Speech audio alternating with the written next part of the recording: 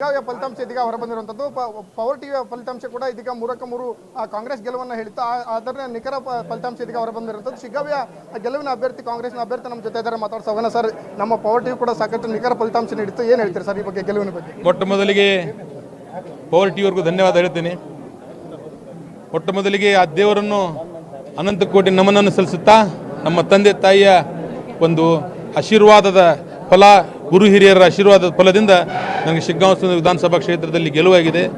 ಮೊಟ್ಟ ಮೊದಲಿಗೆ ನಮ್ಮ ರಾಜ್ಯದ ಜನಪ್ರಿಯ ಮುಖ್ಯಮಂತ್ರಿಗಳು, ಈ ದೇಶ ಕಂಡ ಧೀಮಂತ ನಾಯಕರಾದಂಥ ಸನ್ಮಾನ್ಯ ಸಿದ್ದರಾಮಯ್ಯ ಸಾಹೇಬರು, ಈ ರಾಜ್ಯದ ದಿಟ್ಟ ನಾಯಕರಾದಂಥ ಸನ್ಮಾನ್ಯ ಡಿ ಕೆ ಶಿವಕುಮಾರ್ ಸಾಹೇಬರು, ನಮ್ಮ ಚುನಾವಣಾ ಚತುರರಾದಂಥ ನಮ್ಮ ಜಾರಕಿಹೊಳಿ ಸಾಹೇಬರು, ಜಿಲ್ಲೆಯ ಉಸ್ತುವಾರಿ ಸಚಿವರಾದಂಥ ಶಿವಾನಂದ ಪಾಟೀಲರು, ಜಮೀರ್ ಅಹಮದ್ ಅವರು, ನಸೀರ್ ಅಹಮದ್ ಅವರು, ಸಲೀಂ ಅಹಮದ್ ಅವರು, ವಿಶೇಷವಾಗಿ ಜಿಲ್ಲೆಯ 5 ಜನ ಶಾಸಕರು, ವಿನಯ್ ಕುಲಕರ್ಣಿಯವರು, ನಮ್ಮ ಲಕ್ಷ್ಮೀ ಹೆಬ್ಬಾಳ್ಕರ್ ಅವರು, ಬೈರತಿ ಸುರೇಶ್ ಅವರು, ಮಂಕಳ ವೈದ್ಯ ಅವರು, ನಮ್ಮ ತಿಮ್ಮಾಪುರ ಸಾಹೇಬರು, ಬಹಳಷ್ಟು ಜನ ಹಿರಿಯ ಮುಖಂಡರು, ನಮ್ಮ ತಾಲೂಕಿನ ಅಜಂಪೀರ್ ಖಾದ್ರಿ ಸಾಹೇಬರು, ಸೋಮಣ್ಣ ಬೇವನ್ಮರದವರು, ಸಂಜೀವ್ ನೀರ್ಲಿಗಿಯವರು, ಕುನ್ನೂರು ಸಾಹೇಬರು, ಅದೇಗಿ ಇನ್ನೂ ಎಲ್ಲ ಹಿರಿಯ ನಾಯಕರು, ಎಲ್ಲ ಮುಖಂಡರ ಸಹಕಾರದೊಂದಿಗೆ ನಾವು ಇವತ್ತು ಎಲ್ಲ ಸಮಾಜದ ಒಂದು ಸಹಕಾರ ತೆಗೆದುಕೊಂಡು ನನ್ನಂಥ ಒಬ್ಬ ಸಾಮಾನ್ಯ ಕುಟುಂಬದಿಂದ ಬಂದಂಥ ಒಬ್ಬವನಿಗೆ, ಒಬ್ಬ ಅಲ್ಪಸಂಖ್ಯಾತ ಕುಟುಂಬಕ್ಕೆ ಸೇರಿದಂಥ ನನ್ನವನಿಗೆ ಎಲ್ಲ ಸಮಾಜದವರು ಇಷ್ಟು ದೊಡ್ಡ ಲೀಡ್ ಗೆಲ್ಲಿಸುವ ಮುಖಾಂತರ ಈ ರಾಷ್ಟ್ರಕ್ಕೆ ಮತ್ತು ಈ ರಾಜ್ಯಕ್ಕೆ ಒಂದು ಒಳ್ಳೆಯ ಭಾವೈಕ್ಯತೆಯ ಸಂದೇಶವನ್ನು ಕೊಟ್ಟಿದ್ದಾರೆ ಅನ್ನೋಂಥ ಮಾತನ್ನು ಭಾಳ ಅಭಿಮಾನದಿಂದ ಈ ಸಂದರ್ಭದಲ್ಲಿ ಹೇಳಿ ಬಯಸ್ತೇನೆ.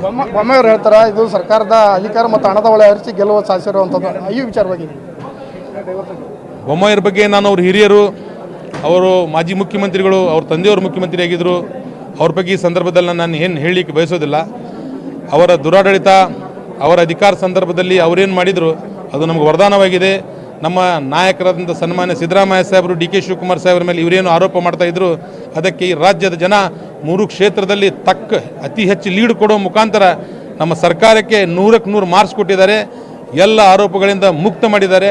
ಬಿಜೆಪಿಗೆ ದೊಡ್ಡ ಪ್ರಮಾಣದ ಮುಖಭಂಗವನ್ನು ಮಾಡಿದ್ದಾರೆ. 3.5 ವರ್ಷ ಅಧಿಕಾರ ಉಳಿದಿದೆ, ಅದರಲ್ಲಿ ಯಾವ ರೀತಿ ನಿಮ್ಮ ಗುರಿ ಏನು ಇಟ್ಕೊಂಡಿದೆ? ಶಿಕ್ಷಣ, ಆರೋಗ್ಯ, ಉದ್ಯೋಗ, ನೀರಾವರಿ. ಓಕೆ, ಶಿಕ್ಷಣ ಮತ್ತು ಆರೋಗ್ಯ, ನೀರಾವರಿ ಈ ವಿಚಾರವಾಗಿ ಸಾಕಷ್ಟು ನಾನು ಅಭಿವೃದ್ಧಿಯ ವಿಚಾರವಾಗಿ ಕೆಲಸ ಮಾಡ್ತೀನಿ ಅನ್ನೋ ಮಾತನ್ನು ಕೂಡ ಗೆಲುವಿನ ಅಭ್ಯರ್ಥಿ ಯಶಗನ್ ಪಠಾಣ್ ಅವರು ಹೇಳಿರುವಂಥದ್ದು. ಕ್ಯಾಮರಾಮನ್ ಜಯರಾಮ್ ಜೊತೆ ವೀರೇಶ್ ಪಾರ್ಕಿ, ಪವರ್ ಟಿವಿ, ಹಾವೇರಿ.